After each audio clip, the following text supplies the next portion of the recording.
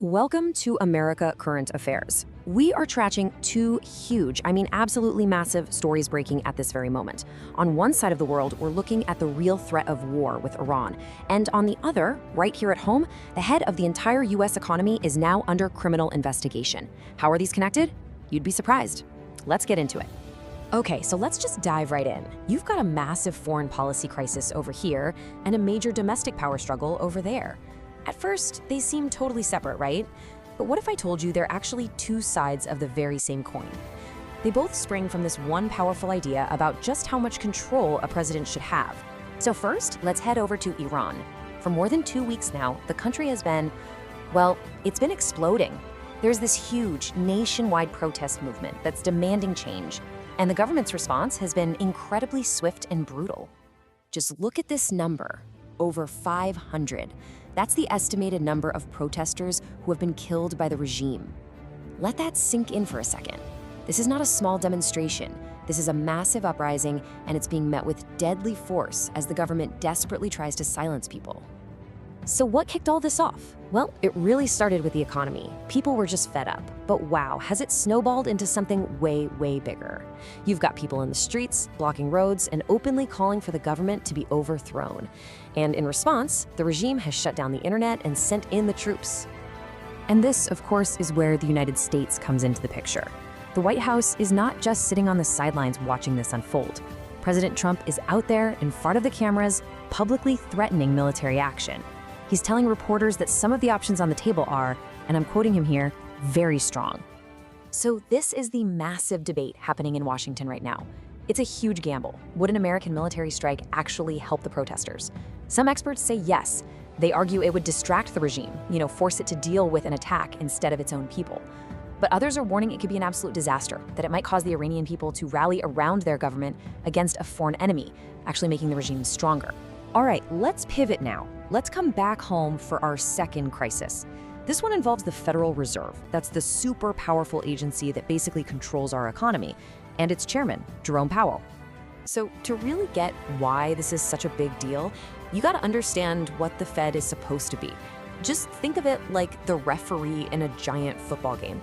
Its job is to make the tough calls to keep the game fair and stable for everyone, without caring which team is winning. That independence, that's its superpower. But here's the problem. For more than a year now, President Trump has been openly and very publicly angry with the ref. He's argued that the Fed should be cutting interest rates to juice the economy even more. But Chairman Powell and the Fed have pushed back, saying their only job is to follow the economic data, not politics. And this conflict didn't just appear out of nowhere. It has been building. First, it was just public criticism. Then the administration started asking a lot of questions about a construction project at the Fed. And now, boom, it has exploded into a full-blown criminal investigation. The Justice Department is literally demanding the Fed hand over internal documents. This has never, ever happened before. And Chairman Powell is not staying quiet. In a public statement, he drew a straight line. He basically said, let's be real. This investigation isn't about a building. It's punishment. Punishment, he says, for not doing what the president wanted on interest rates. He's framing this as a direct attack on the Fed's independence. Okay, so a showdown with Iran and a political war with the Federal Reserve. What in the world do these two things have to do with each other? Well, it all boils down to one very powerful and pretty controversial idea about what it means to be president. At the heart of both of these stories is something called the unitary executive theory. The easiest way to think about it is this. It's the idea that the president is the CEO of America Incorporated, and that he should have direct, personal control over every single part of the executive branch, from the military and foreign policy, all the way down to agencies that have always been seen as independent, like the Fed. Now check this out. This is the really clever legal move the administration is trying to pull. They're trying to split the Fed in two. They're arguing that, okay, the Fed has two jobs, setting interest rates and regulating banks. They actually agree the president shouldn't control interest rates, but they claim he should be able to control how the Fed regulates banks. But, a lot of experts are looking at this and saying, whoa, hold on a second, that's a house of cards. Think about it. If a president can fire a Fed official because he says he disagrees with a regulatory decision, what's to stop him from just making up a regulatory reason when he's really mad about interest rates? It could make the Fed's independence totally meaningless. And this whole fight, it could very well end up at the Supreme Court. For almost 100 years, there's been this rule that protected independent agencies from the president. But recently, the court has started to chip away at that rule. So the billion-dollar question now is the Federal Reserve so important, so special, that it's the one exception the president still can't touch? So where do we go from here?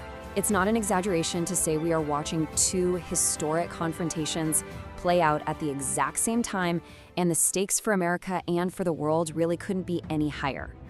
We are watching for three huge things. First, Iran. Does the president order a military strike? Second, the Fed.